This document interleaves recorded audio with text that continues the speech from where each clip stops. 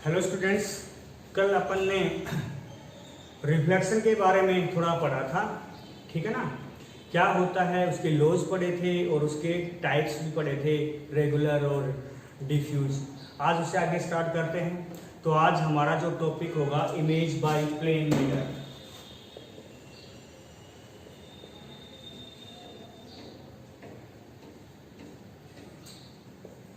जो अपने घर पे अपन डेली यूज में लेते हैं वो कैसा मिरर होता है? प्लेन मिरर होता है, ठीक है।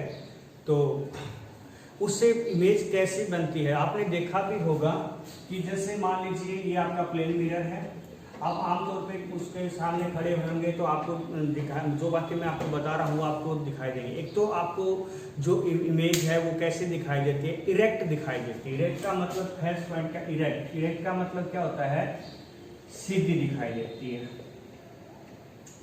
सीधी का मतलब आपका सर ऊपर है तो ऊपर ही दिखाई और नीचे पैर ऐसे दिखाई, नहीं कि पैर ऊपर दिखाई दे रहे सर नीचे दिखाई, ऐसा नहीं होता है। इरेक्ट बोलते हैं इसको, सीधा बोलते हैं, ठीक है।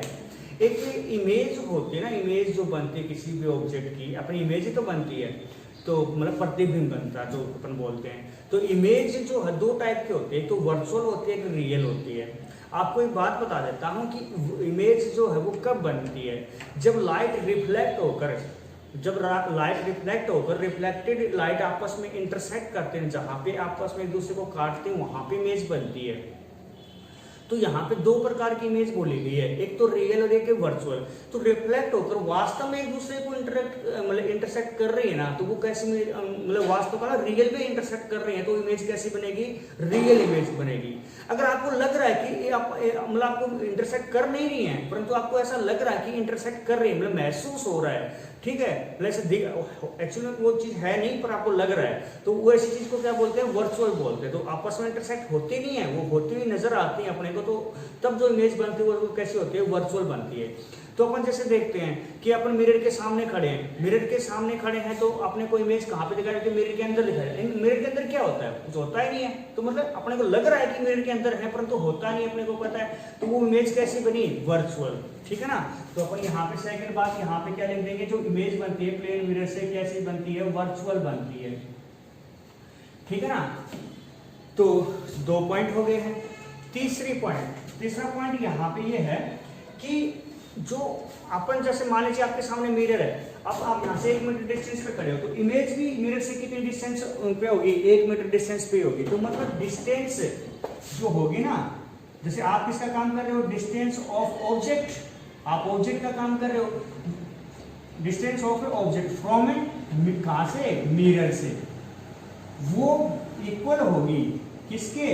Equal to distance of image from mirror. Mirror से जो ऑब्जेक्ट की डिस्टेंस होगी ना मिरर से, उतने डिस्टेंस पे किसकी इमेज बनती है? मिरर उसकी इमेज की डिस्टेंस बनती है। तो ये आपने ये पॉइंट भी आपने यहाँ पे नोट किया होगा, ठीक है। तो आपने देखा इरेक्ट बनती है, सीधी बनती है, वर्चुअल बनती है, और कैसी बनती है? डिस्टेंस जो होती है वो क्या होती है? इक्वल होती है दोनों की। फोर्थ जो नंबर बात है वो क्या है? यहाँ पे जो साइज है ना, size of object equal to size of image, दोनों क्या होती हैं? इक्वल होती हैं। जैसे मान लीजिए आपकी हाइट 5 फीट है और आपके सामने मिरर लगा है, तो आपकी जो मिरर की हाइट भी कितनी होगी? 5 फीट होगी। 6 फीट है तो 6 फीट होगी। जो भी इमेज है वो साइज है ऑब्जेक्ट की, उतनी साइज किसकी होगी? इमेज की। दोनों की साइज क्या होती है? इक्वल होती है। तो ये फोर्थ पॉइंट है। फिफ्थ पॉइंट है थोड़ा सा समझने वाली बात है। अब देखना, आप मिरर के सामने खड़े हो और आपका मान लीजिए राइट हैंड है, आपका राइट हैंड है, मैं इसमें हूं, मेरा ये राइट हैंड है, मैं ऐसे हिलाता हूं, तो जो इमेज हमें दिखाई देगी, मेरी जो इमेज दिखाई दे रही है वो इमेज अपना कौन सा हैंड ला रही है? Left hand. कौन सा दिखाई देगी? Left hand. मतलब इसमें ये इफेक्ट आ रहा है, ठीक है ना। आपका जो ऑब्जेक्ट का जो लेफ्ट होता है वो उसका क्या, इमेज का क्या हो जाता है? राइट हो जाता है, और राइट जो होता है वो क्या हो जाता है? लेफ्ट हो जाता है। तो इस प्रकार के जो इफेक्ट को हम क्या बोलते हैं? लेटरल इन्वर्जन बोलते हैं। क्या बोलते हैं? Lateral inversion. लेटरल इन्वर्जन का मतलब क्या होता है? उल्टा दिखाई देना, ठीक है। जैसे मान लीजिए आपका P इस प्रकार से है, तो आपको इमेज में कैसे दिखाई देगा? उल्टा दिखाई देगा। ठीक है, आपने देखा भी होगा एम्बुलेंस के अंदर जो एम्बुलेंस लिखा होता है वो ऐसे उल्टे लिखे होते हैं। क्यों? क्योंकि सामने जो मिरर में दिखाई देगा तब वो क्या हो जाएंगे, सीधे हो जाएंगे, तो अगले को सीधा आराम से पढ़ सके कि पीछे से एम्बुलेंस आ रही है। अगर एम्बुलेंस पे सही लिखा होता तो आपने को मिरर में कैसा दिखाई देता, उल्टा पुल्टा दिखाई देता, तो उल्टा दिखाई देता तो हम पढ़ नहीं पाते उसको कि क्या मतलब पीछे एम्बुलेंस लिखे ये गाड़ी आ रही है क्या। तो ये इफेक्ट होता है किसके अंदर, प्लेन मिरर के अंदर इस प्रकार का इफेक्ट आ जाता है। तो इस प्रकार से ये क्या बनती हैं, इमेज बनती हैं प्लेन मिरर के द्वारा। तो आप बता सकते हो कैसे इमेज बनती है। अब आपने कहा कि इक्वल डिस्टेंस है, कई बार एक क्वेश्चन आ जाता है 10th क्लास लेवल के ऊपर कि जो मतलब मिरर की और उसकी जो मिरर की जो डिस्टेंस होती है कहाँ से ऑब्जेक्ट से, उतनी मतलब इमेज की डिस्टेंस होती है मिरर से। मैंने पॉइंट ये बताया कि distance of object from mirror equal to the distance of image from a mirror. तो दोनों की डिस्टेंस क्या होती है, इक्वल होती है। बता तो दिया, परंतु 10th क्लास लेवल पे क्वेश्चन आ जाता है, प्रूव करके दिखाइए कि हाँ ऐसा होता है। ठीक है, तो मैं यहाँ पे शुरू कर रहा हूं। तो आपका क्वेश्चन क्या है समझ में आया होगा, क्या है, proof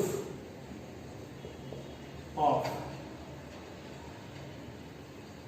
distance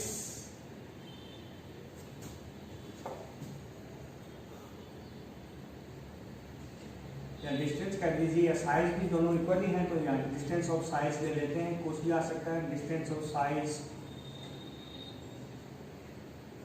size of object and image by plane mirror are equal. ठीक है, ये इक्वल होती हैं, इसका क्या होता है, क्या करेंगे हम यहाँ पे प्रूव करेंगे। देखना किस प्रकार से, बहुत ही इजी है। तो यहाँ पे मान लीजिए मेरे पास एक कोई मिरर है इस प्रकार से। ठीक है, यहाँ पे मान लीजिए आपने कोई ऑब्जेक्ट रखा है, ये मान लीजिए आपका एम नाम ले लेता हूँ, एम की। ठीक है, यहाँ से मान लीजिए रे आएगी यहाँ से और यहाँ पे आपके पास इस प्रकार से। यहाँ पे एक्चुअल में आपको पता है मिरर के अंदर से तो जा नहीं सकती, तो कैसे जाती है एक्चुअल में, इस प्रकार से मुड़ जाती है। इसी प्रकार से एक और मिरर की बात, एक और रे की बात करें तो इस प्रकार से यहाँ पे मुड़ जाएगी। ठीक है ना, इस प्रकार से। तो एक्चुअल में दोनों इंटरसेक्ट कर नहीं रही, इधर तो इमेज बनेगी नहीं, तो कहाँ पे बनेगी, दोनों को आगे बढ़ाएंगे हम तो आपको लगेगा कि यहाँ पे दोनों इंटरसेक्ट करते हुए नजर आ रहे हैं। तो आपको मिरर के अंदर आपकी क्या दिखाई देगी, इमेज दिखाई देगी। तो इस पॉइंट का नाम क्या ले लिया मैंने, P' ले लिया। इस प्रकार से इमेज बनती है। देख रहे हो ना, दो रे भी दो इंटरसेक्ट करवा के दिखाओ। मैंने बताया जहाँ पे रिफ्लेक्ट होने के बाद रे इंटरसेक्ट होती हैं या होती हुई नजर आती है, वहां पे इमेज बनते होती है तो रियल और होती नजर आती है तो वर्चुअल। तो यहाँ पे आपने देखा दो रे दिखाई बने, यहाँ पे एक तो O पे टकराई है, एक O' पे टकराई। यहाँ से टकरा कर वापस ही तो आएंगे रिफ्लेक्ट होकर, जैसे यहाँ से भी आई तो इस पे टकरा कर वापस आएंगी। तो ये तो दूर जा रही है, तो यहाँ पे इंटरसेक्ट होने का कोई मतलब ही नहीं है। इसको आगे बढ़ाया तो हमने यहाँ पे हमें मिरर के अंदर देखिए दोनों आपस में इंटरसेक्ट होती है नजर आ रही है, इसीलिए तो हमें यहाँ पे इमेज मिरर के अंदर दिखाई देती है, और जो कि कैसी होती है, वर्चुअल होती है। इस प्रकार से हमें यहाँ पे इमेज बनती है। मैंने आपको बताया भी था कि यहाँ पे नॉर्मल ड्रॉ करेंगे, एक यहाँ पे कर देते हैं और एक यहाँ पे कर देते हैं।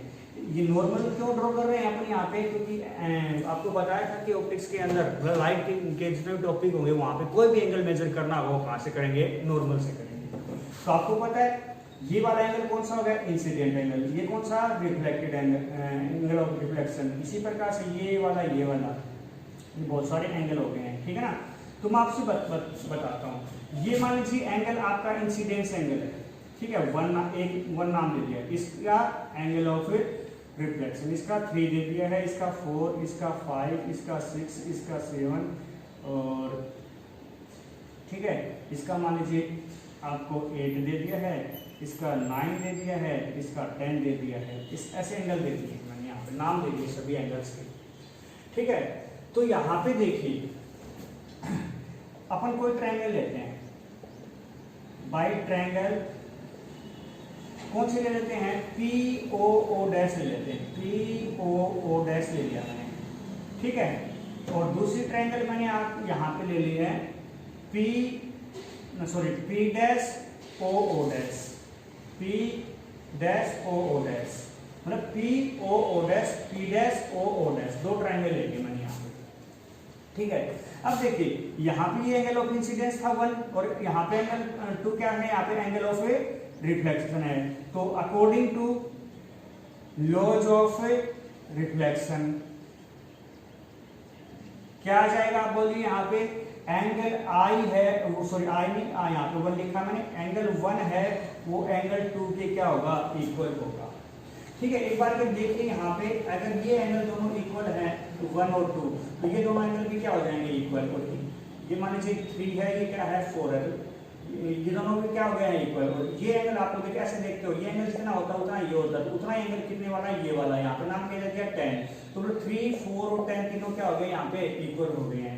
ठीक है ना, तो यहाँ पे एंगल कितने कितने का है, होगा यहाँ पे 3, 4 और 10 है ना, एंगल 3 इक्वल टू एंगल 4 और इक्वल टू एंगल 10। समझते हो नहीं, दोबारा बता रहा हूँ, देख लीजिए ध्यान से। जैसे मान लीजिए यहाँ पे ये एंगल मान लीजिए जितने का भी है उतने का ये है, तो ये दोनों तो अपने आप बराबर हो गए ना, क्योंकि मान लीजिए ये टोटल एंगल कितने का होता है, 180 का होता है, तो ये 180 मतलब 20 की है, 40 के हैं, तो ये दोनों कितने के बचे, यहाँ पे 180 में से 40 माइनस कर दीजिए तो कितना, मतलब 40 माइनस कर दीजिए तो कितना बचा, 140 बचा। तो दोनों कितने हो गए, 70 के हो गए, नहीं हो गए, क्योंकि ये दोनों बराबर थे, दोनों बराबर हो गए। ये 70 का है, तो ये भी अब कितने का होगा, 70 का ही तो बचेगा ना, ये मान लीजिए 20 का है, तो यही मैंने लिखा है, देख लीजिए 1 और 2 को बराबर लिखा 20। फिर ये और ये तीनों क्या लिखे मैंने, इक्वल रखती हैं। ठीक है, ये तीनों क्या हो गए हैं, इक्वल हो गए हैं, कोई दिक्कत है यहाँ पे।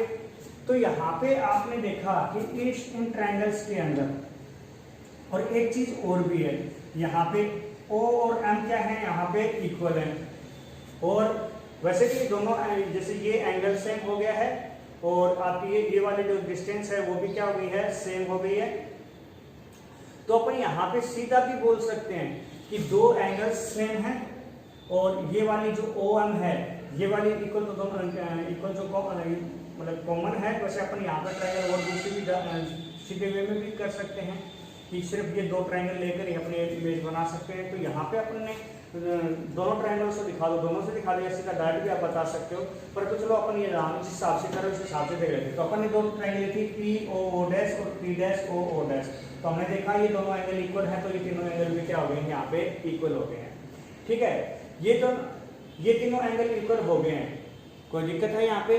तो आपको पता है यहाँ पे ये दोनों इक्वल हो गए हैं, तो PO और P डैश O ये दोनों भी क्या हो जाएंगे, इक्वल हो जाएंगे, क्योंकि दोनों एंगल सेम हैं।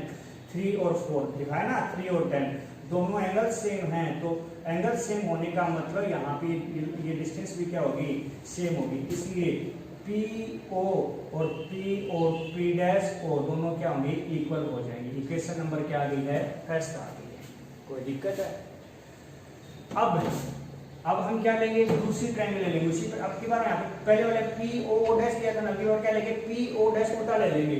Now triangle by PO dash O and P dash O dash O। उसी प्रकार से करने की जरूरत नहीं है, सीधा ही बता दो सिमिलरली, क्योंकि कर बताने की जरूरत नहीं है। सिमिलरली उसमें आपने PO और P डैश O बराबर लिखा ना, बाकी बार इसमें क्या आ जाएगा, PO डैश और P dash O dash equal, तो क्या आ जाएगा PO dash equal to P dash O dash क्या हो गए हैं, इक्वल हो गए। तो आपके पास यहाँ पे इक्वेशन नंबर क्या आ गई है, 2 आ गई है। अब तीसरी बार ट्रायंगल लेंगे अब यहाँ पे। नाउ बाय ट्रायंगल ये ले लेते हैं POM P डैश OM।